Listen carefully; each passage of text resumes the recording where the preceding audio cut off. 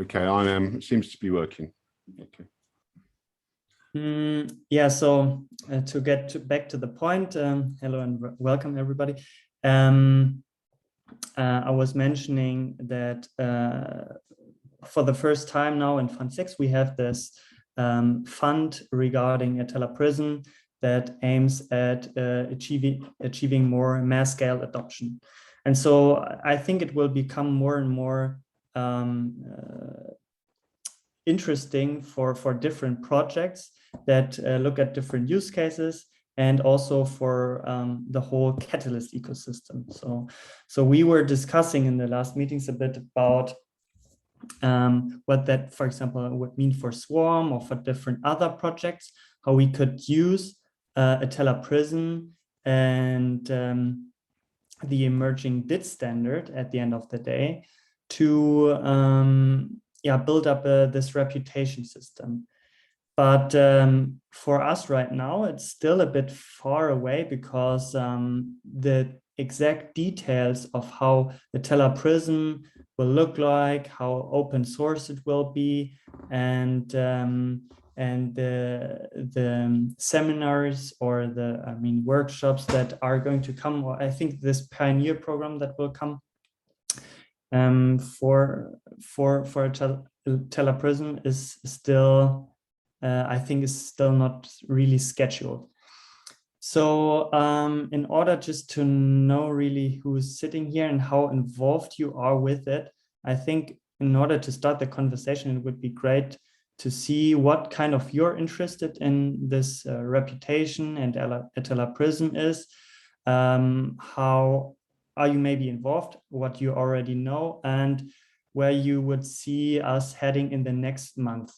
And maybe last question, but maybe that's already a bit too much, how smaller projects like, I don't know, Gimbal Labs, or like we, Catalyst Swarm, or WADA can start to utilize some of these tools that will come out. So just to open the conversation a bit.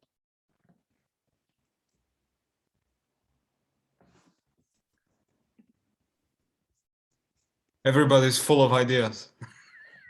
I mean, I don't mind going first. It's my first time in this conversation, you know, I've been getting into the Cardano community for maybe 6 to 12 months. I'm a CA. I have always thought that reputation was a really interesting use case for blockchain and related systems ever since, like, I wish I could say I held my Bitcoins, but Bitcoin in 2012, when you wanted to buy Bitcoins, you had to be able to verify the reputation of someone you're chatting with in a chat room, right? And then be able to send Western Union cash to them and trust they're going to send you Bitcoins tomorrow. So it's always been an interesting kind of element of the system.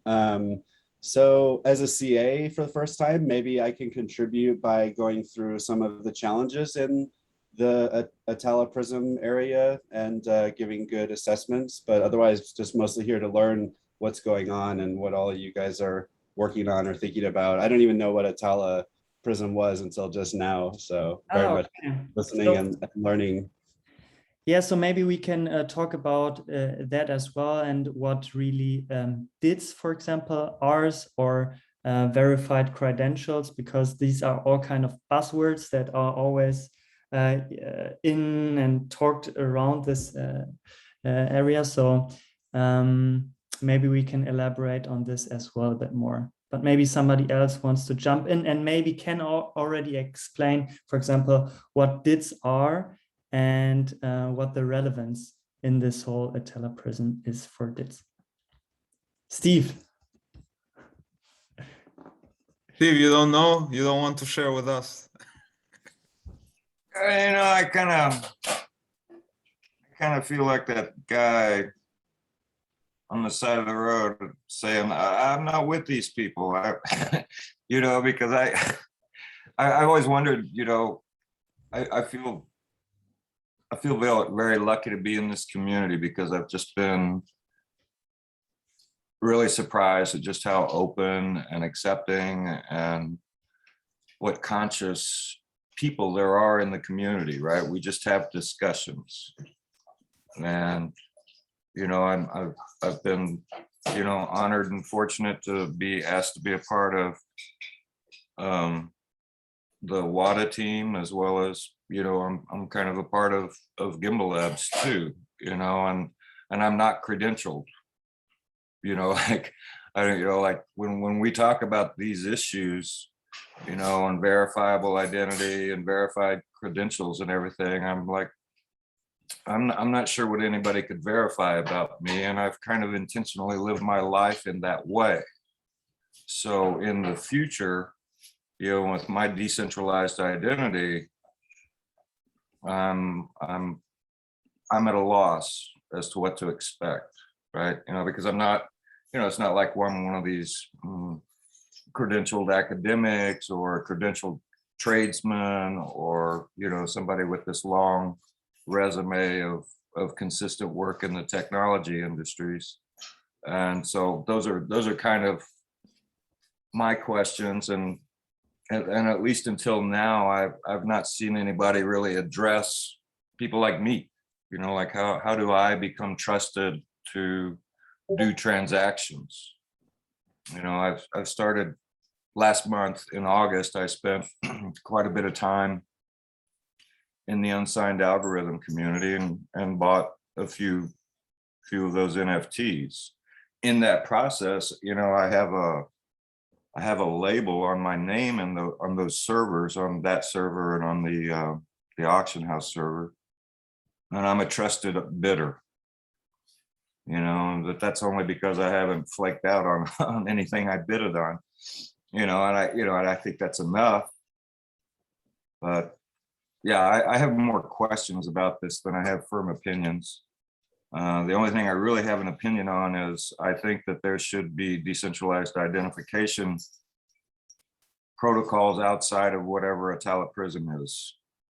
You know, I think that there's a need for several within the Cardano ecosystem, and of course beyond, when you start talking about cross-chain compatibility and doing other things. But, you know, there's already been a lot of work the last few years with standards and decentralized identities. And, you know, the people that I know who are working on their own DID solutions, they are maintaining compatibility with these standards. That the Web3 conference, I think, is the name of the group, and a couple of the others. I already posted the link in the chat, and maybe everybody who's interested can look at it, because they have these official definitions also of what DIDs really are, and they have very lengthy explanations about the terminologies, etc. And and so just to start with the abstract, the decentralized identifiers, or DIDs, are a new type of identifiers that enables verifiable decentralized digital identity. And but Philip, you raised your arm, so maybe Steve. Thank you, Jacob. Yeah, the way I see it, and Steve, I'm sure, has a lot more to say about it if he wishes so. I think that identity is one issue that DIDs and the W3 standard and every other compatible system with that standard is trying to solve. Right. I think the aim of that is, you know, to prove who you are. Right. But that means, in my view, that means first name, last name, I don't know, any kind of, you know, certificate from a college or from some course or from something, right? And that's one problem. That's one problem, important problem that we need to solve. But a reputation as a reputation system is a whole different ballgame, in my opinion, right? Because I can now tell you, all of you, yes, my name is Filip Blagojevic, and I can show you my ID, I can show you my passport, or I can prove via digital solution, I can sign my DID or whatever, right? And so all of you here can be, reasonably certain that I am really Filip Blagojevich, but that doesn't say anything about my reputation. That doesn't say anything about, do you want to work with me or not? Or should I be trusted to do something or not, right? And to even think about how to build reputation, I believe initially it's much more of I can provide public wallets. Okay, Quasar. I believe it's a much more philosophical problem than a technical problem, because in our societies, I feel like the reputation comes, you ask around, hey, who is this guy?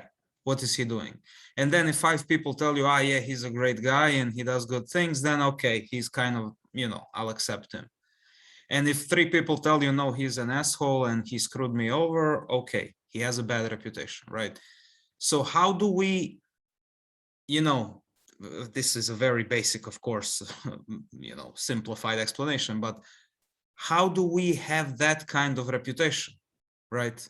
So yeah, like Quasar is saying, credentials is one problem, important problem, but I feel like a totally separate issue than reputation.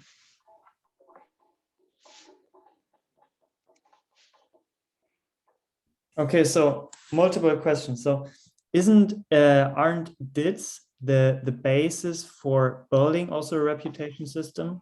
So if you don't have like these decentralized identifiers, that it's really hard to build really a kind of on-chain reputation system rather than a indirect reputation system, like how you said, okay, so you're Philip and then you ask around, so how is this guy, and have you any recollection of how it was to interact with that person? And then the second thing, so Quasar, you also said again, reputation is different from credentials, but isn't there also an overlap? So can't credentials lead to reputation as well, depending on what that credentials are? So how they are defined and how people see and treat them. For example, right now, right, we are all sitting here or we are participating in this workshop, but maybe there are, for example, the Plutus Pioneer program, right? For example, didn't you have experience with that, Philip? That at the end you got this, I don't know, this certificate, right? And isn't that also kind of a form then of reputation, that people know, okay, they got this kind of certificate, and it means that they put this certain input and effort into it, and that can be then also viewed as having a certain kind of reputation. So because they succeeded in this specific program. Great example, Jacob. And just to give you a short response. Yes, I got an NFT because I was a first Plutus Pioneer cohort participant, right? That's a credential. That's not a reputation, because no one here saw me write a fully functioning smart contract and I don't know how to do it, right? Reputation would be if I put 3 projects on the line and people can confirm that I did it within reasonable time for reasonable money. That's reputation. Can I just say, on the very first credentials for Plutus Pioneers did involve minting an NFT. Then there was a second wave, which were just people who were members of the cohort. So you could argue that the first NFT mentioned for Plutus Pioneers was reputational, because it required you to have the skill to mint an NFT from Haskell. So I'll just say that. But so a great point, Stephen. Ken, you raised your arm already some minutes ago. So okay, I was going to say that I see credentials as the subcategory of reputation. So it's a reputation based on people believing in an institution or whoever is issuing the credentials. So if the institution issuing the credentials is saying that this person has a skill then that's a form of reputation because people believe in the institution. I completely agree. Great point, Ken. So, I mean, for example, we all know it, right? If you say, for example, you graduated from Harvard, it's a certificate, right? But there is some certain kind of reputation that comes with it, right?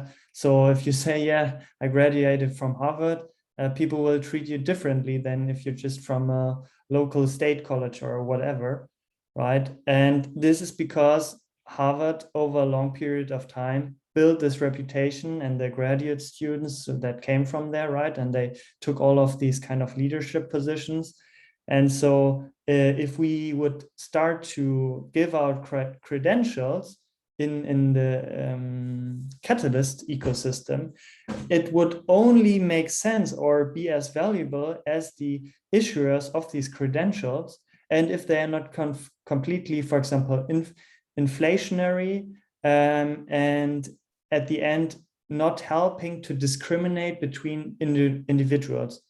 And discriminate, I don't mean like to, in a sense, to be evil and be discriminatory, but to distinguish between individuals. So this is how the science language would say it. So yeah. So Vincent. Yeah, I just want to bring in the user security and permission aspect to any kind of reputation system that could potentially collate identifying information across a lot of different sources, right? So if regardless of the final, regardless of how a reputation system is built, there's a chance that someone the system could create a profile of somebody that is identifying. Maybe they don't want to be, right? So like if they're in Hong Kong right now, like the last thing they want to be is a radical financial DeFi person on Cardano, because if they can be found, they might get arrested. But how do you give that person reputation without identifying them? I think that should just be kind of front and center when you think about a reputation system. So that I think you need to abstract what you're asking about from somebody with the data and how you prove it, such that somebody can supply a proof that you ask of them without supplying the information that proves that, if that makes sense. And then you have to be even careful about what you prove. Like if you can prove that your name is Jacob and that you live in Germany and that you enjoy walks at this park, or that you are fit, you know what I'm saying? Like you could have a lot of reputations, like say you're a personal trainer and you want to prove that you ran a certain marathon, that you can run marathons. And you say, okay, well, I ran this marathon. That's a problem because you suddenly have like a location and a lot of information that could jeopardize you as a user of the reputation system, which you want to prove maybe if you're a personal trainer or developer or a farmer, anything like that, is that you can do something, that you have done something, but you don't necessarily want to tell somebody your life story. And I think that needs to be front and center when the system gets designed. Otherwise, as a second, if you try to do that, I've worked in a lot of systems that use PII. If you try to do that secondarily, it never works. You really have to think early on, what are we asking of people and how can they prove it without me knowing, without me seeing the details? What does that look like? That's all. It's very abstract and very nebulous, but I just wanted to put that out there. Hey, sorry to jump in here, Anya. Because this Zoom is running on a free account, it's limited to 40 minutes. And so when that ends in just a few minutes, you're going to probably get booted out. And the indicator is to rejoin the same meeting ID and cross our fingers that it works and look for a fresh Zoom link in the Discord channel if it doesn't. We can use mine if we wanted to. Cool.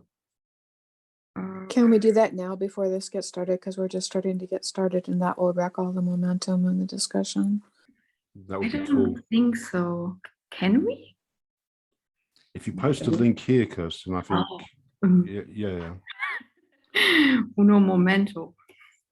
And then I'll also post a link in the notes I'm taking. Awesome. Yeah, I have to find my meeting link because I can't access this while in a meeting. Okay. DM me or post it on Discord. Yes, uno momento. So Luis, you said you have an idea. No, sorry. I will try to contextualize myself more. I was late to the conversation, and then if it's something useful, I will speak.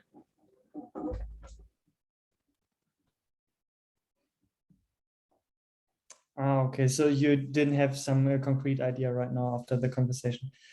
Yeah, I just don't know if what I was thinking correspond to the actual conversation. I was a little bit lost, you know? So to give you some context, what we were talking about, so we were talking about the concept of reputation, and that, or maybe, I don't know if we all consent to it or agree to it, that credentials are like below reputation. So